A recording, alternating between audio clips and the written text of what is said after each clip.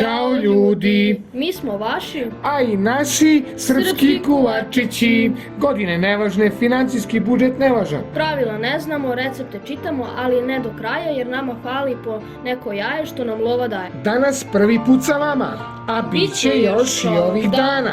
Jeftina kulinarska hrana. Ja sam Sveta, imam 13 godina.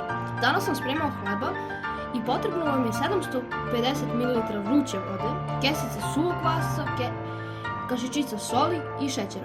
U vruću vodu dodati suvi kvasac i so i šećer. Promešati, ostaviti 10 minuta da odstoji. Dodao sam brašna taman toliko da se formira lopta i prestane da se lepi za prsta. Mesio premesio, bacio u rernu. Pekao dok nisam ispekao na 180 stepeni, a onda za finiš 10 minuta na 200 stepeni. Ja volim kao dodatak mast, a ne vuj sol.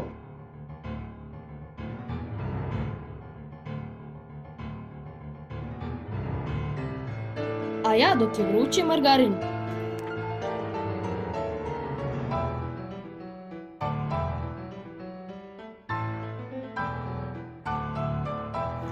Bitno je da uživamo.